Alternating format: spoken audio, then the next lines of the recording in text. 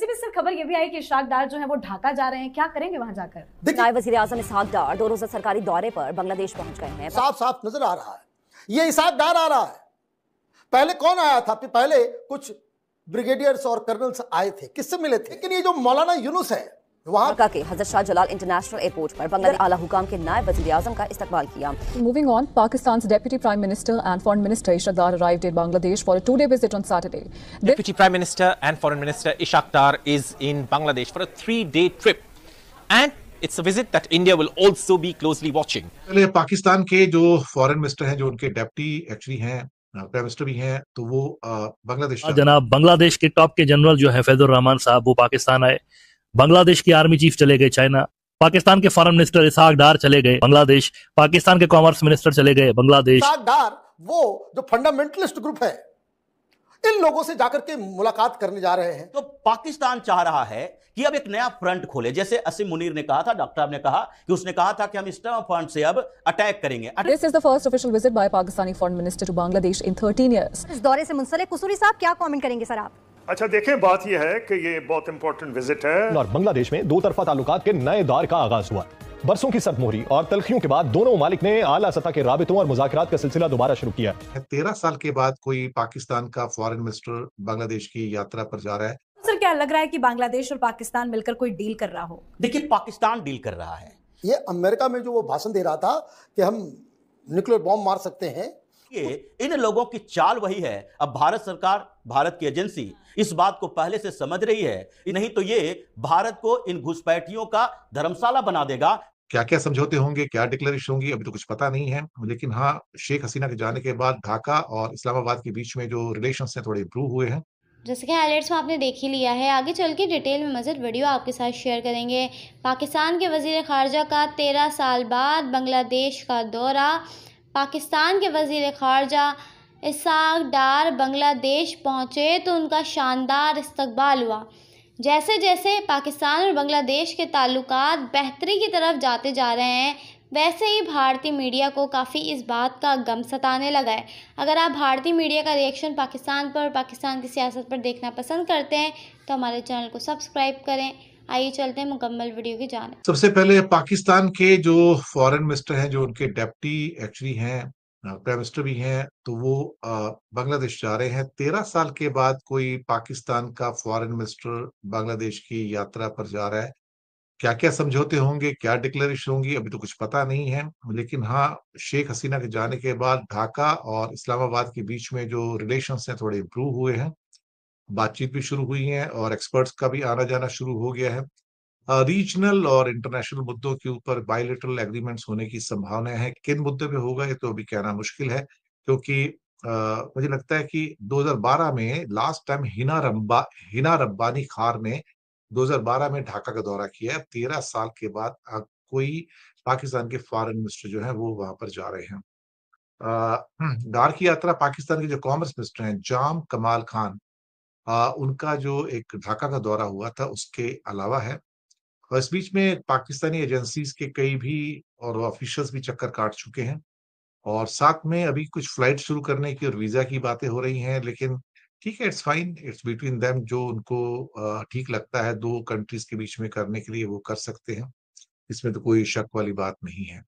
और वहां की आर्मी चीफ कितना बढ़िया से उन लोगों ने जन्माष्टमी मनाया। आर्मी चीफ का बयान आया कि भाई हम लोग सेकुलर है, हर धर्म का जो है वो। लेकिन ये जो मौलाना यूनुस है, वहां भी सिविल गवर्नमेंट और आर्मी के बीच वही द्वंद्व जो पाकिस्तान में देखने को मिलता है वो साफ साफ नजर आ रहा है। ये इसहाक डार आ रहा है। पहले कौन आया था? पहले कुछ ब्रिगेडियर्स और कर्नल्स आए थे, किससे मिले थे? वो रोहिंग्या टेररिस्टों से मिले थे। इसहाक डार वो जो फंडामेंटलिस्ट ग्रुप है, इन लोगों से जाकर के मुलाकात करने जा रहे हैं। लेकिन वहां की स्थिति क्या हो रही है? वहां की स्थिति जो लेटेस्ट जानकारी आ रही है कि अवामी लीग को बैन कर दिया गया है और उसके लोग धीरे धीरे इग्नाइट हो रहे हैं, यूनाइट हो रहे हैं। और ऐसा ना हो कि 1-2 महीने के अंदर जो काम शेख हसीना के साथ हुआ वैसा यूनुस को भी वहां से भागना पड़े। तो वो अपने आप को कैसे साबित करेगा, कैसे अपने आप को बचाएगा। तो ये जो बांग्लादेश के जो एक्सपर्ट्स हैं वो ये बता रहे हैं कि वो फंडामेंटलिस्ट ग्रुप्स के गोद में जाकर के बैठ गया है। जमात और आईएसआई इस तरह के लोगों के साथ जो है वो इस सरकार की कोऑर्डिनेशन अच्छे तरीके से चल रही है और यही प्रेशर वो बनाना चाह रहा है। इंडिया के बगैर बड़ी दिक्कत होने वाली है। ट्रंप ने जो टैरिफ लगाया है वो भी कम नहीं है, 26% जो है टैक्स जो है, टैरिफ जो है इसके ऊपर लगा दिया गया है। वहाँ ऑलरेडी इकॉनमी डाउन है। तो ये मुझे लग रहा है कि ये जाएंगे तो ज़रूर, वहाँ से कुछ भाषणबाजी होगी, लेकिन रेस्ट अश्योर्ड बांग्लादेश अगर ज़रा सा भी इधर उधर करने की कोशिश करेगा तो उसको ज़रा सा भी इल्म नहीं है कि वहाँ की आर्मी सरकार के साथ नहीं होगी और हिंदुस्तान एक अलग ढंग का ऑपरेशन ढाका के ऊपर कर सकता है। तो सर क्या लग रहा है कि बांग्लादेश और पाकिस्तान मिलकर कोई डील कर रहा हो? देखिए, पाकिस्तान डील कर रहा है। पाकिस्तान, जैसे हम लोग पाकिस्तान को ऑब्जर्व करते हैं, वहाँ के सिचुएशन को हमारे यहाँ का आईबी देखता है, रॉ देखता है, उसी तरीके से वहाँ के लोग भी देखते हैं, वहाँ के आईएसआई भी देखती है। और जो सिचुएशन चेंज हो रहे हैं उसमें पाकिस्तान को ये बड़ी समस्या हो रही है कि जम्मू कश्मीर के क्षेत्रों से एक दो ऐसे 2-4 टेररिस्ट अगर भेजते हैं तो समस्याएं बढ़ जाती है। वो वहां टिकल नहीं कर पाता, जम्मू कश्मीर से आगे नहीं बढ़ पाता और जम्मू कश्मीर में अब पुरानी वाली सरकार नहीं रही, वो यूनियन टेरिटरी बन चुका है। और इस बीच लेकिन बांग्लादेश के प्रति भारत का सॉफ्ट नेचर रहा, क्योंकि बहुत बड़ा शत्रु देश नहीं था, ये मित्र कंट्री थी। ये कुछ दिनों से जब स्थितियां बदली तो उसके बाद ये लगने लगा है कि ये भी वही जाहिल पाकिस्तान की तरह है। लेकिन पहले से हम बहुत सॉफ्ट रहते थे और सबसे ज्यादा घुसपैठ बांग्लादेश के माध्यम से होता है। और जिन जगहों पर सबसे लंबा बॉर्डर है हमारा बांग्लादेश के साथ, लेकिन पश्चिम बंगाल से लेकर नॉर्थ ईस्ट तक ये पूरे क्षेत्र में जो सरकारें हैं, जैसे पश्चिम बंगाल में ममता बनर्जी की सरकार, क्यों कहा जाता है बांग्लादेशी घुसपैठ ये पश्चिम बंगाल के माध्यम से सबसे ज्यादा आते हैं? क्योंकि उन लोगों ने छूट दे रखी है। तो पाकिस्तान चाह रहा है कि अब एक नया फ्रंट खोले। जैसे असीम मुनीर ने कहा था, डॉक्टर साहब ने कहा कि उसने कहा था कि हम ईस्टर्न फ्रंट से अब अटैक करेंगे। सर खबर ये भी आई कि इशाक डार जो है वो ढाका जा रहे हैं, क्या करेंगे वहां जाकर? देखिए, ये भी एक पोस्चरिंग है। पोस्टरिंग मैं इसलिए कह रहा हूं कि कुछ दिन पहले मुनीर ने कहा था कि हम ईस्टर्न साइड से भी अटैक कर सकते हैं। ये अमेरिका में जो वो भाषण दे रहा था कि हम न्यूक्लियर बॉम्ब मार सकते हैं, उस दौरान उसने ये बात भी कही। अब ये बातें क्यों हो रही है? ये बांग्लादेश ऑलरेडी परेशान चल रहा है।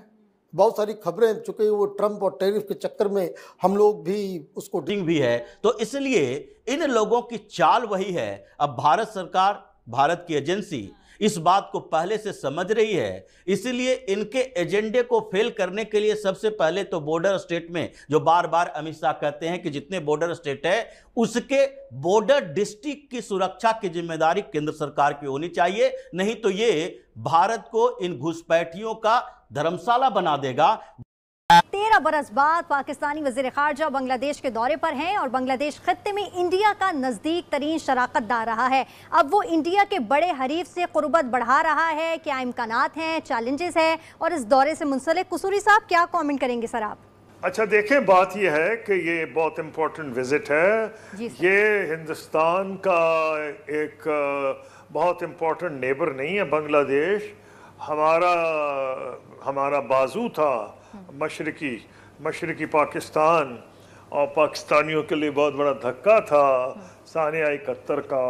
और उसमें एक चीज़ और है, एक साइड तो खैर प्रेजेंट की गई थी और वो इंडिया को ने बहुत उसको कहा हमारी तरफ से गलतियां हुई, लेकिन जो प्रो पाकिस्तान एलिमेंट के साथ वहाँ हुआ और जो हसीना वाजिद कर रही थी, उनको फांसियाँ दे रही थी, उनको गोलियां लग रही थी, उनको चुप करा दिया गया था।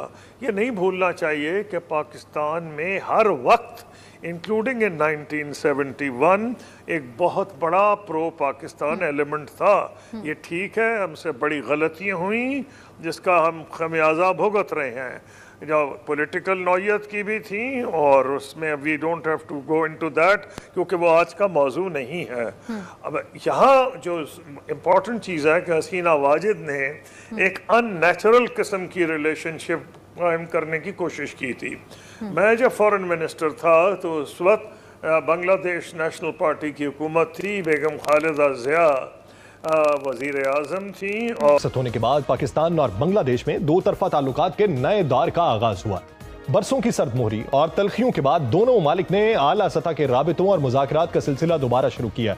इसी तरह वज़राए खारजा और वज़राए तिजारत की मुलाकातों ने दो तरफा ताउन को एक नई समत दे दी है। दिफाई शोबे में भी पेशरफ देखने में आई है, जहां बांग्लादेश के आला अस्करी हुकाम ने पाकिस्तान का दौरा किया और तरबियत, टेक्नोलॉजी और इलाकाई सलामती पर ताउन बढ़ाने पर बात हुई।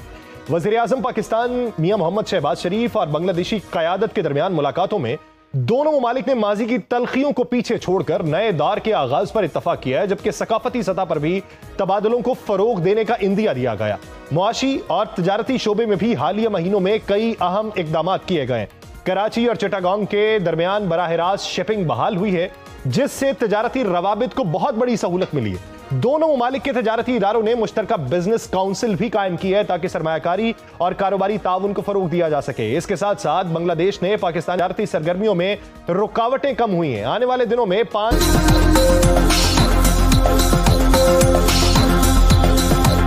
हमारे रीजन की अगर आप बात करें तो हमारे रीजन में जो सबसे बड़ी तब्दीली रिसेंटली देखी गई है वो ये देखी गई है कि अमेरिका के साथ एक तरफ जहां इंडिया के ताल्लुकात कोलैप्स हुए हैं, मैं खराब की बात नहीं कर रहा हूं, मैं कोलैप्स की बात कर रहा हूं, कोलैप्स हुए हैं ताल्लुकात, तो वहीं दूसरी तरफ पाकिस्तान के साथ अमेरिका के ताल्लुकात इंप्रूव हुए ना। और पाकिस्तान के साथ अच्छे ताल्लुकात होना अमेरिका की कोई नई बात नहीं है। हिस्टोरिकली अगर आप देखें तो अमेरिका और पाकिस्तान के रिलेशंस ऐसे ही रहे हैं, कभी बहुत अच्छे हो जाते हैं, कभी थोड़े से कम अच्छे होते हैं, लेकिन जब भी अमेरिका और पाकिस्तान के ताल्लुकात अच्छे हुए हैं ना, तो यूं समझिए कि अमेरिका का कोई मकसद होता है।